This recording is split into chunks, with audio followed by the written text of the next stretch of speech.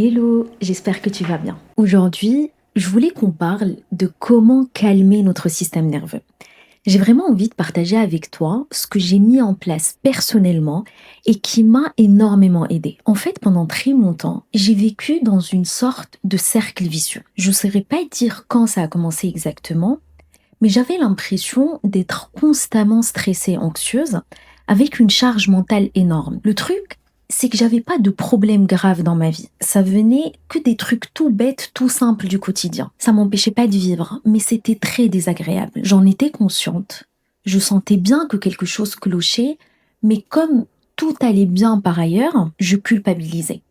En fait, je me disais que c'était juste dans ma tête, qu'il fallait que je sois plus forte ou que j'apprenne à mieux gérer mes émotions. J'ai décidé du coup de faire un vrai travail sur moi pour sortir de cette spirale. Et ce qu'il faut savoir, c'est que pour réguler son système nerveux, il faut travailler sur deux plans.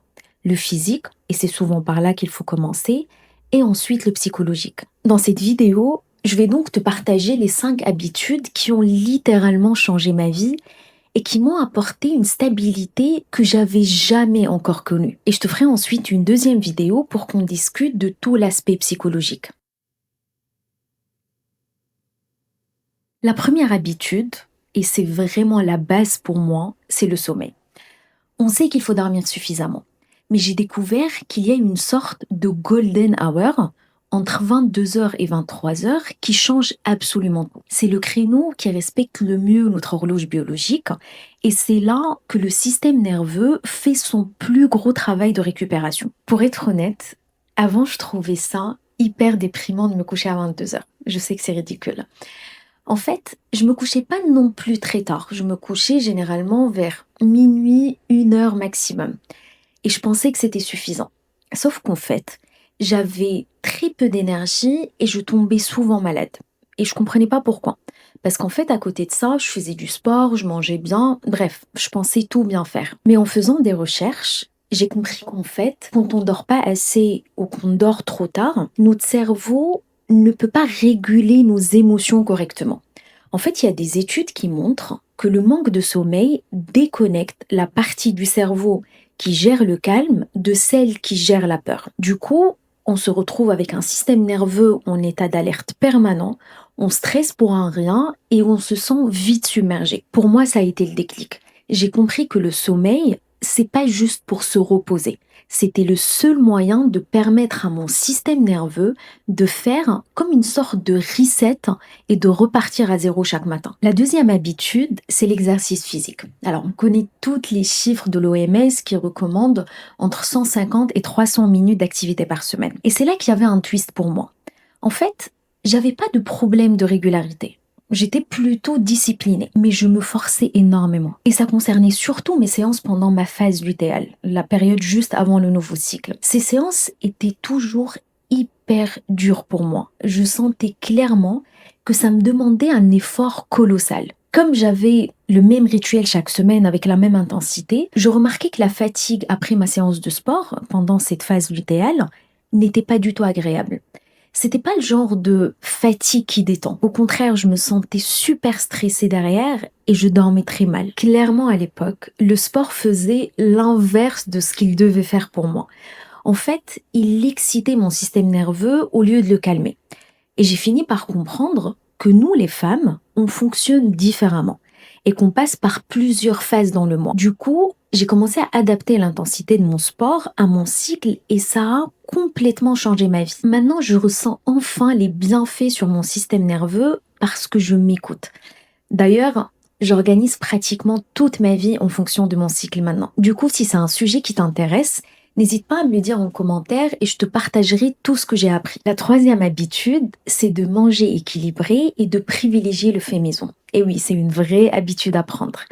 En fait, au début, je me suis renseignée sur ce que voulait dire une assiette équilibrée. Du coup, pour faire simple, et c'est ce que disent pas mal d'études comme celle de Harvard, l'idée c'est d'avoir une moitié de légumes, un quart de protéines et un quart de bons glucides. C'est ce mélange qui va permettre de garder une énergie stable pendant toute la journée. Le vrai challenge pour moi, c'était de commencer à cuisiner plus, chose que j'aimais pas du tout faire avant. Mais j'ai décidé de totalement romantisé le process. J'ai commencé à aller faire mes courses pour choisir mes produits frais, souvent de saison d'ailleurs, parce qu'ils gardent bien mieux leurs vitamines que les produits qui viennent de l'autre bout du monde. Ensuite, je dénie sur TikTok des recettes simples et rapides, parce qu'on n'a pas forcément des heures devant nous.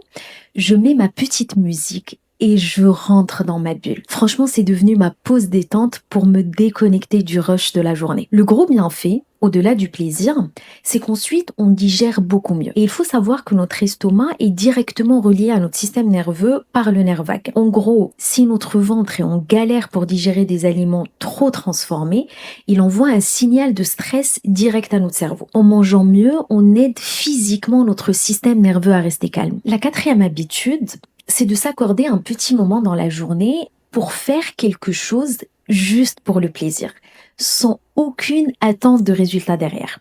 En gros, c'est faire un truc sans essayer d'en tirer un avantage ou de devenir meilleur. Ça peut être par exemple danser juste pour bouger, sans vouloir devenir pro, ou cuisiner sans chercher à devenir une experte. Ça paraît simple comme ça, mais en vrai, c'est super dur.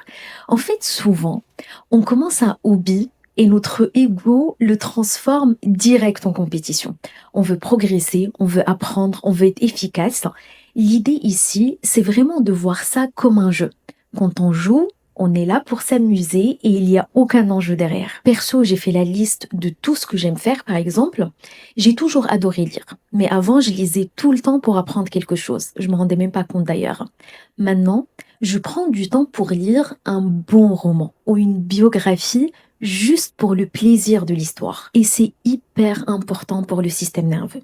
En fait, il y a des études qui montrent que quand on pratique une activité sans pression de réussite, on envoie un signal de sécurité maximale à notre cerveau. En gros, on sort du mode performance qui nous stresse et on permet à notre système nerveux de faire une vraie pause.